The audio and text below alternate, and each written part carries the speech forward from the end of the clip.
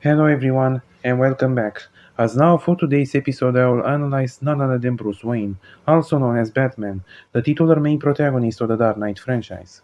By far one of the most iconic superheroes in pop culture, and the ultimate representation of what each one of us can become, given the right circumstances. Bruce Wayne, aka Batman, or better yet, the Dark Knight version of him, is definitely memorable, and my compliments to Christian Bale for his fantastic performance, as in this episode I will analyze this version of the character from the Dark Knight franchise, compromising of Batman Beginnings, The Dark Knight, and The Dark Knight Rises, so you can better understand Bruce Wayne and his journey from a simple orphan who lost everything to the iconic superhero he has ultimately become. Now, without further ado, let's dive in. Bruce Wayne was born in Gotham City in 1973 to his parents, Thomas and Martha Wayne. His life was all but normal and good.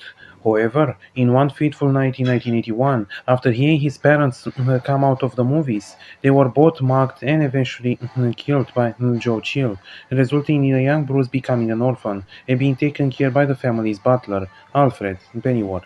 And of course, Bruce was remained completely traumatized for the rest of his life, and he tried his best to move on, as he hated his family's fortune and he later on inherited their company. But because of the time he was a child, he led the company to somebody else.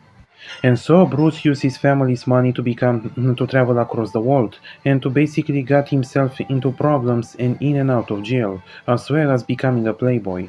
However, by 2007, he officially came back into Gotham City and decided to protect it so no other child will suffer like him.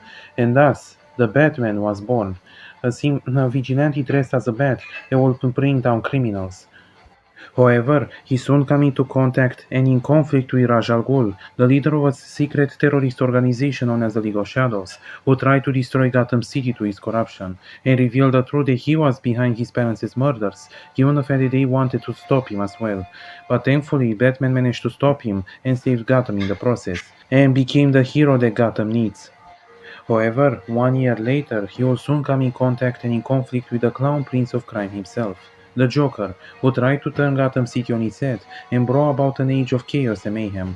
And thankfully, Batman managed to stop him, but yet the Joker has won in the end, as he eventually managed to corrupt Harvey Dent to become Two-Face, a murderous madman, by killing Rachel Dawes, who herself was also Batman's ex-girlfriend.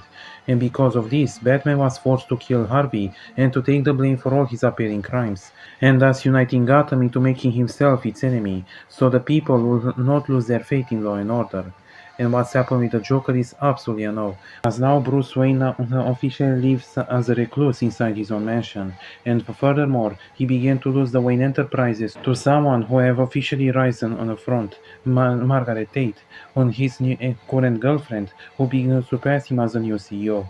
And eventually now by 2016, the new threat has arisen in Gotham. Bane, the leader of the League of Shadows, who took over after Ra's al Ghul's death, who seeks to kill Batman and destroy Gotham City in order to avenge Ra's al Ghul.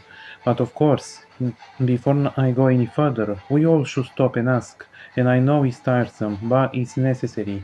Is Batman good? And the reason why I'm asking this is what's undeniable that he's the good guy of the story. His vigilantalism also kind of contributed to many of Gotham's problems, given the fact that his actions led to the other vigilantes wannabe, both in the police and even outside of it, among the civilian population, as well as his actions don't necessarily stop crime, but further encourages criminals to do even more in order to achieve their goals, as even the Joker pointed this out into the second film. However, Batman does genuinely cares about Gotham and all his people, and he does care about his friends such as Alfred, Lucius, and even Jim Gordon.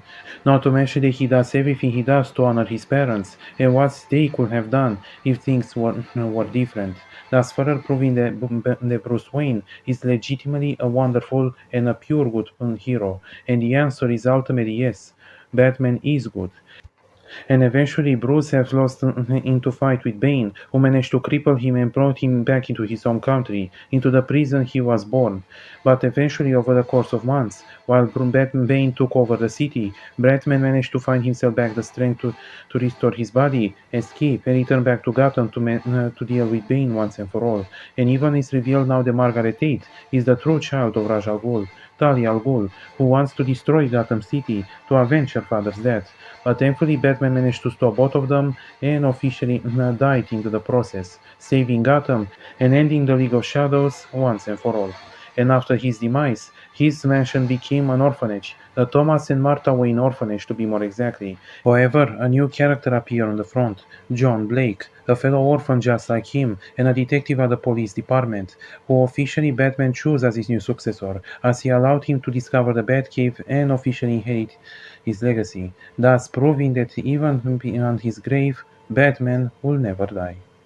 So in the end, who was Bruce Wayne? He was nothing more but a simple person who has lost everything, a man that would eventually find and redefine himself into becoming a hero and a protector of the innocents, a man that will do anything and sacrifice anything in order to protect those he cares about, and a man that could easily be called as one of the most iconic superheroes ever made in cinema.